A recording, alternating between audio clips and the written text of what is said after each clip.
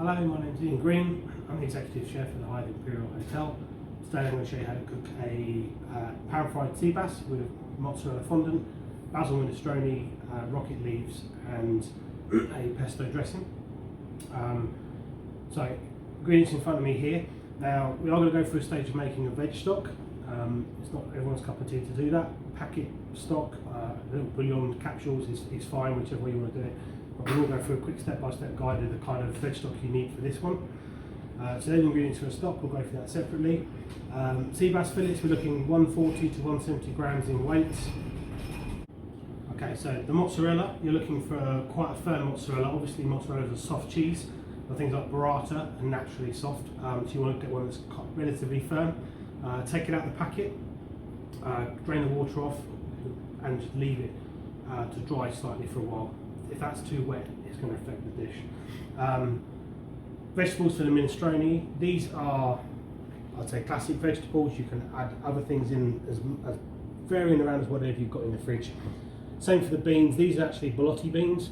You can buy these tinned, you can use cannellini beans, but again, if you've got butter beans or something like that in the fridge, it's not going to matter too much, as long as you've got kind of bean element to it. And then pesto, a good quality pesto, that's going to flavour your dish really well.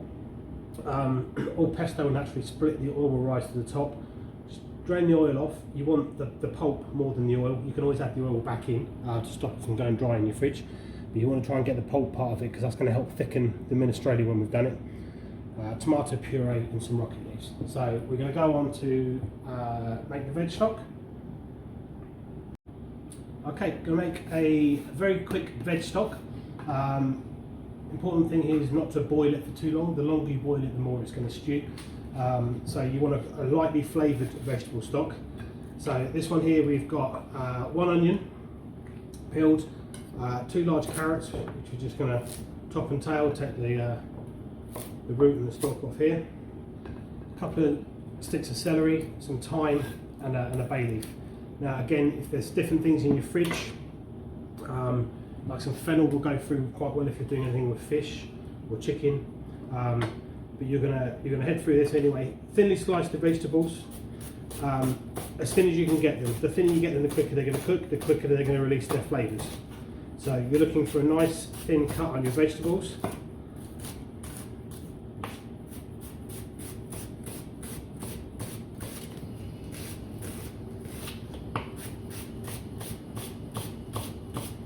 Again, if you're not that confident in cutting, whilst the recipe says bring it to the boil and simmer for about 5 to 10 minutes, you may want to cook it for slightly longer to get the flavours out of the vegetables.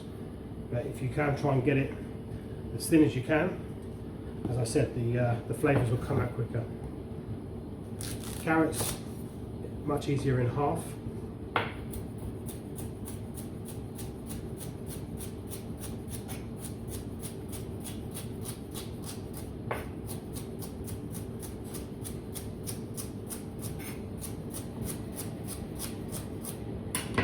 Again, just scoop these up into your pan.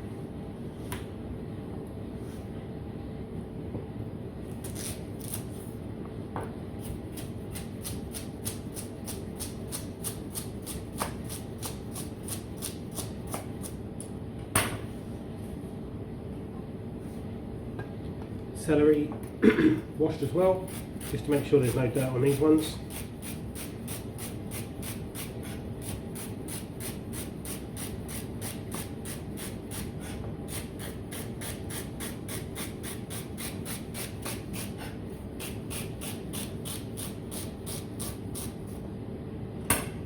Those in the pan as well. And the important thing here as well is not to add too much water.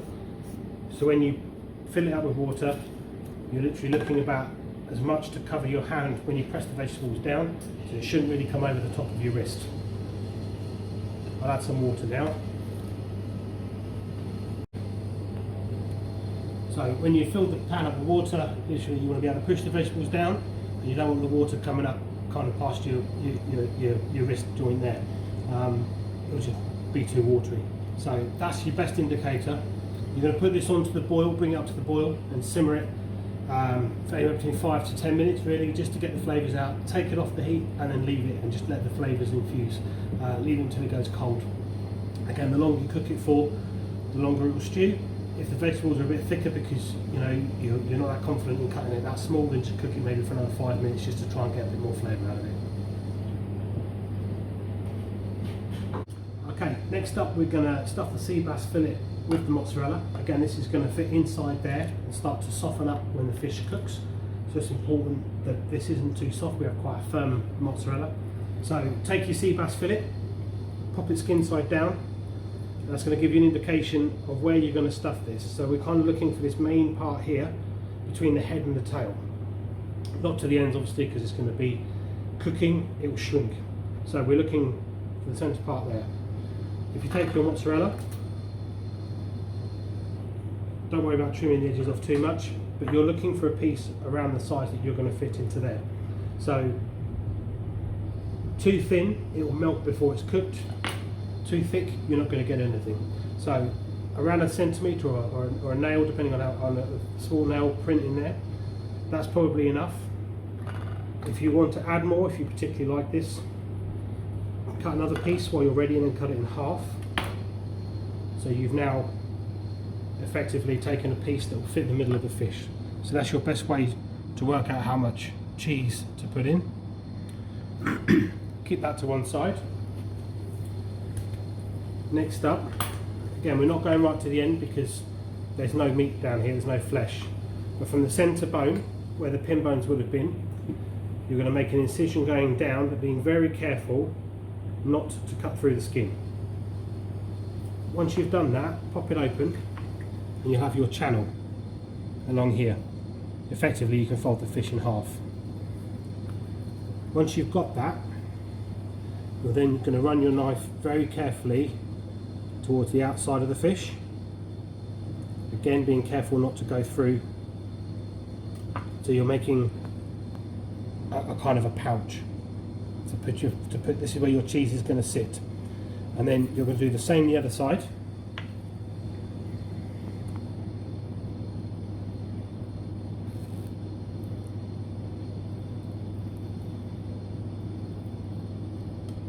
The important thing with fish is you let the knife do the work. Don't hack at it like a saw. Just go very, very gently, and it will take it away for you. So there you have a small pouch to put your cheese into. So fundamentally, too thick. So we may need to cut that down slightly, like that.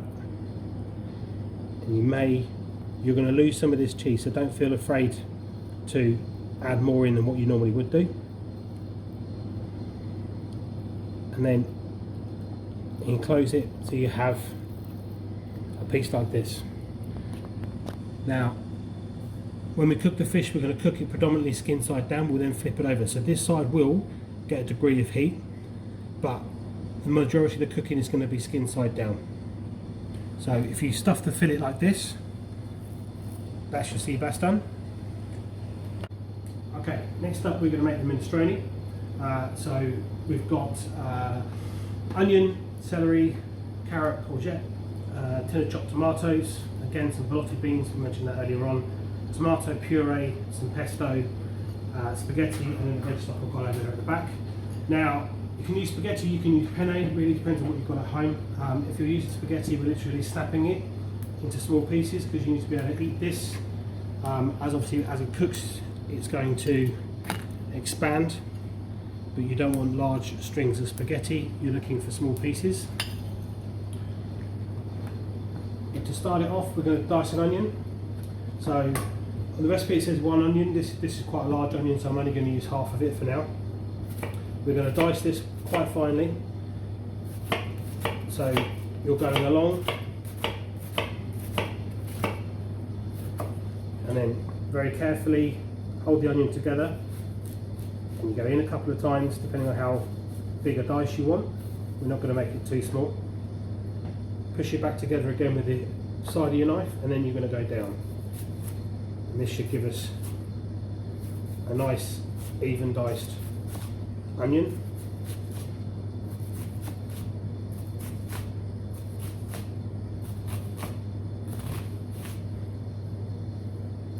So there's your onion. If you do have a piece left on the end like this, just chop it along. You don't waste any. This will always be the thinnest part of the onion. So there's your diced onion. What we'll do next is heat a couple of tablespoons of olive oil in the pan.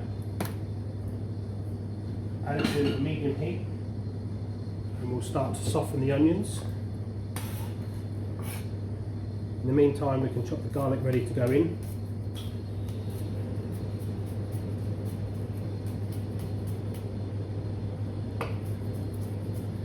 Now you can buy the pre-made ones from the shops, but they tend to sit in vinegar and things like that, so they will change the flavour of what you're cooking.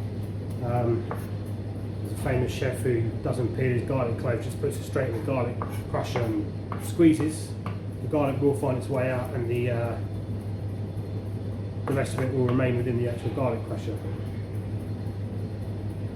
But you're looking to chop it down, not too far, not to a paste. Don't worry about trying to get it too far down, because it will cook out.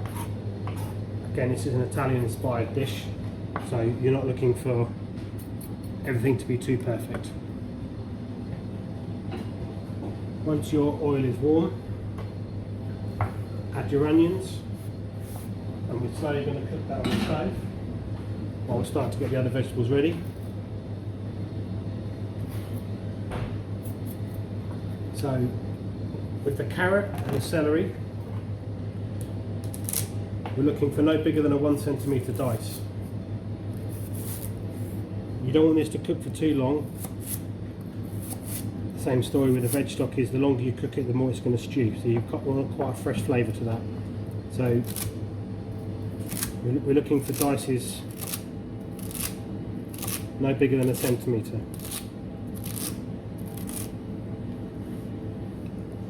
So a couple of sticks of celery.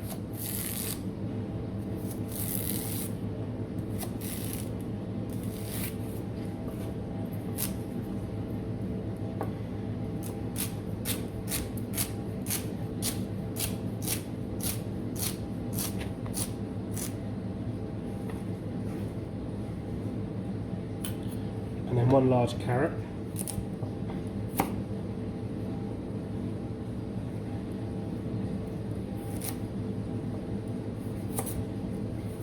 Whenever you're trying to chop something like that, if you take one end off and just lay it on its side, it gives you a flat platform to work from, so your carrot isn't rolling all over the chopping board. Particularly when you're doing vegetables like this, always make sure your fingers are tucked in. As I say to my daughter when I cook with her, do the bear claw. Keep it tucked in, you're not going to lose any fingers or digits. And then you can cut it into batons. And then again, you go across and into a dice. Just going to check the onions quickly.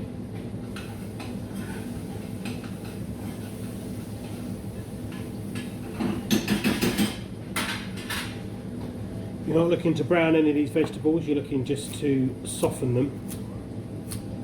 You're not looking for colorization or anything like that. So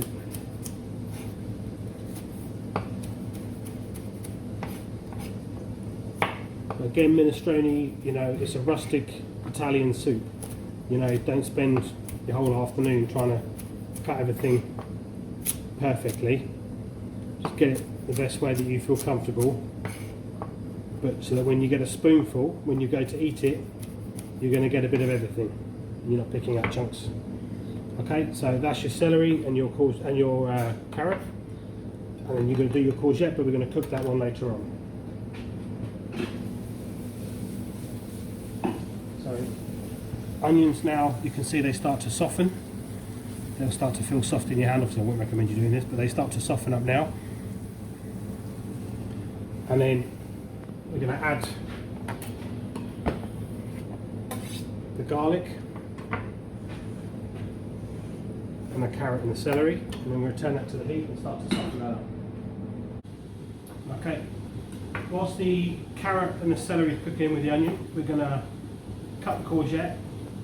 We're not going to put this in at the same time because this takes less time to cook. So you can start softening those vegetables down whilst you're cutting this, and then we can just add this in later on. Again, we're looking for the same kind of size.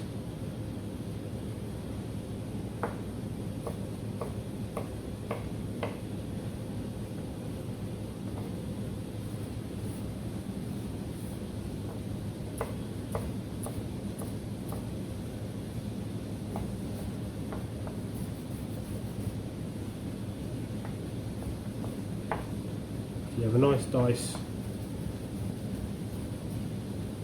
Again, so by the time it all cooks down, when you go to eat it on your spoon or your fork, you'll have an equal amount of vegetables.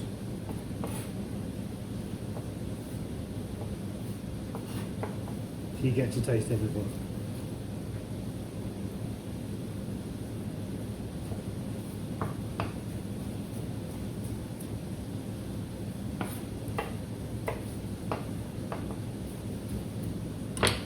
Okay, so we'll keep those to one side for now, and we'll add those in when we add the tomato puree once the vegetables are softened.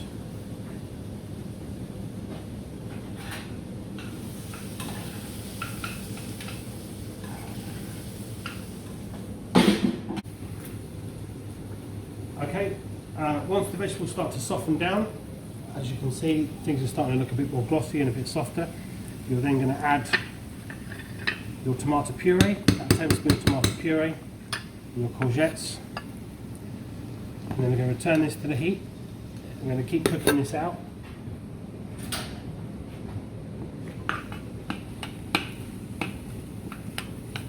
You just want to be careful not to catch the pan. Tomato puree has an awful lot of sugar in it, but you want to be able to cook it out as well. They're natural sugars, but you want to be able to cook it out slightly before you add the chopped tomatoes. Otherwise you get that kind of bitter flavour. So we're going to return that to the heat slightly.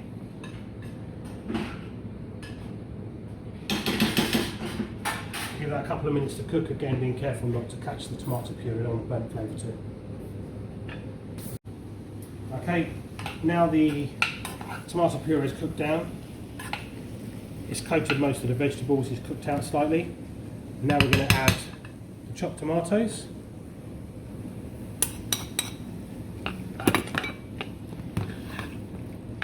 And we're going to add the vegetable stock.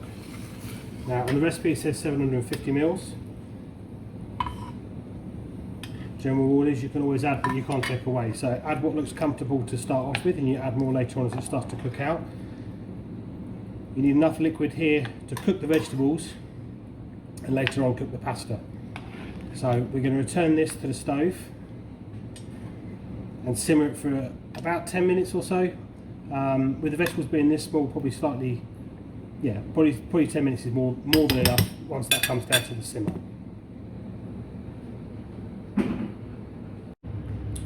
Okay, minestrone is now at this stage. So we're now going to add the beans and the pasta. Now it's important that the pasta isn't too big, obviously, because the bigger it is, the longer it's going to take to cook. So add the pasta, and this is going to be returned to the heat for the pasta to cook. The reason why we do it in here as opposed to boiling in a pan of water is it's going to take on all the flavour.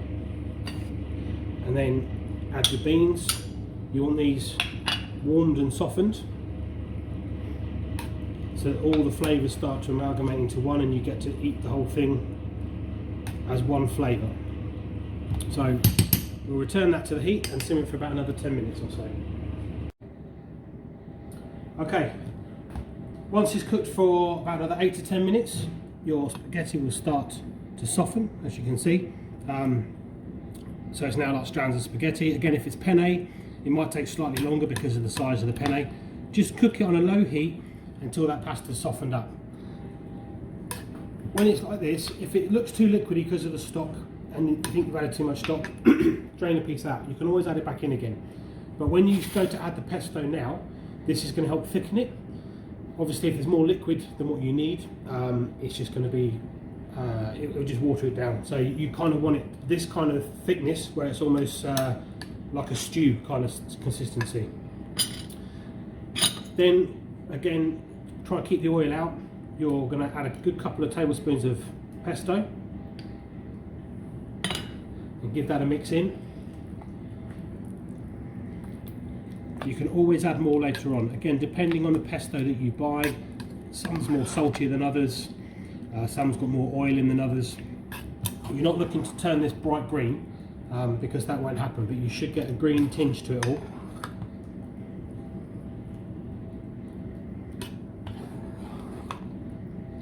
So recipe says 2 to 3.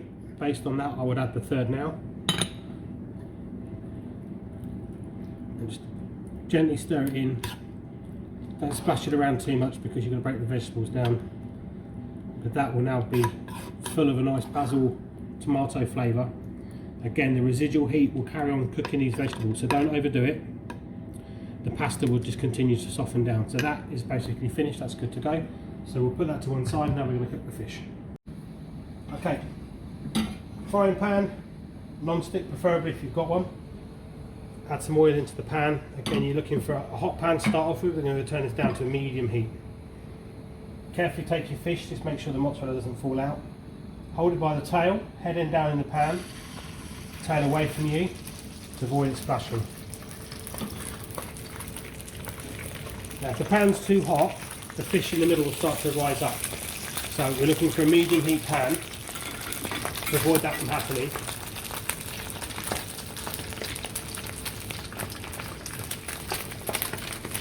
You can always turn the temperature up once you put the fish in and the pan's too hot.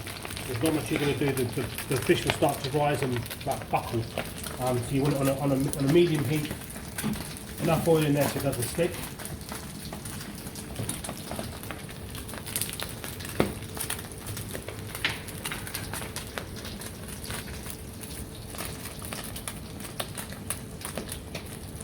And then we're going to keep cooking this until we start to see a nice golden brown start to form around the edges of the fish. You don't need to shake the pan around like you see some chefs do back and forth. You need to keep the fish flat and in contact with the heat, and the pan needs to stay in contact with the flames or the electric ring. The more you move it around, the harder it's going to, or the longer it will take to cook. So I'm going to turn the heat down there so it's not too hot. But as I said, the majority of the cooking we want to be doing on the skin side down.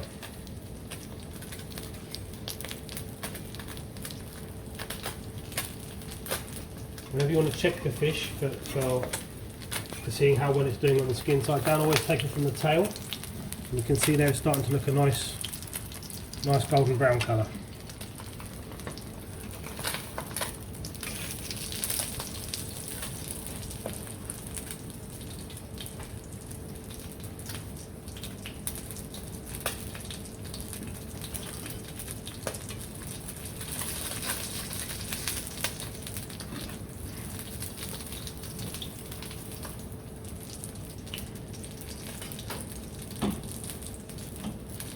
We're going to give that about another 30 seconds to a minute on this side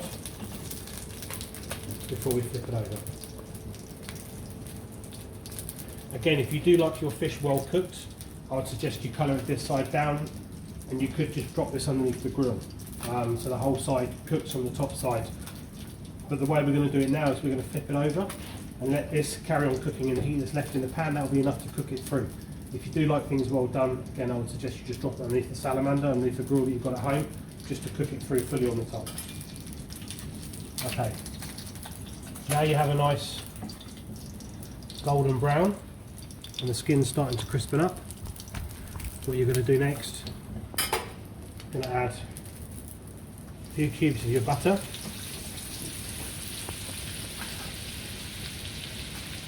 Wait till that starts to foam and the butter's melted.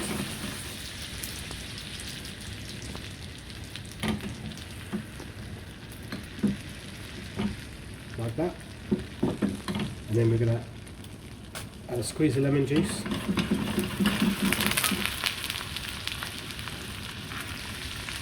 And then holding onto the tail, I'm going to flip it over You've got a nice golden brown colour. Remove it from the heat and allow it to sit in the pan for at least a minute or so. But you've got now time to plate up while that continues to keep cooking. What will help give it a nice colour is grabbing a clean dry spoon. Obviously a wet spoon is going to cause it to split at you. Is to just what I like to call nappe the fish over with some spoonfuls of the butter. And it'll just add a nice glossy glaze to the fish. It'll just continue to keep that cooking. Okay, so to plate the dish, again, it is based on a rustic dish. So a few nice spoonfuls of the minestrone in the middle.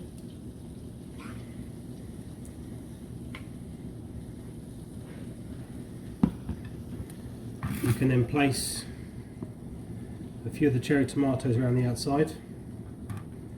Again, chefs generally work in odd numbers. The Seabass fillet.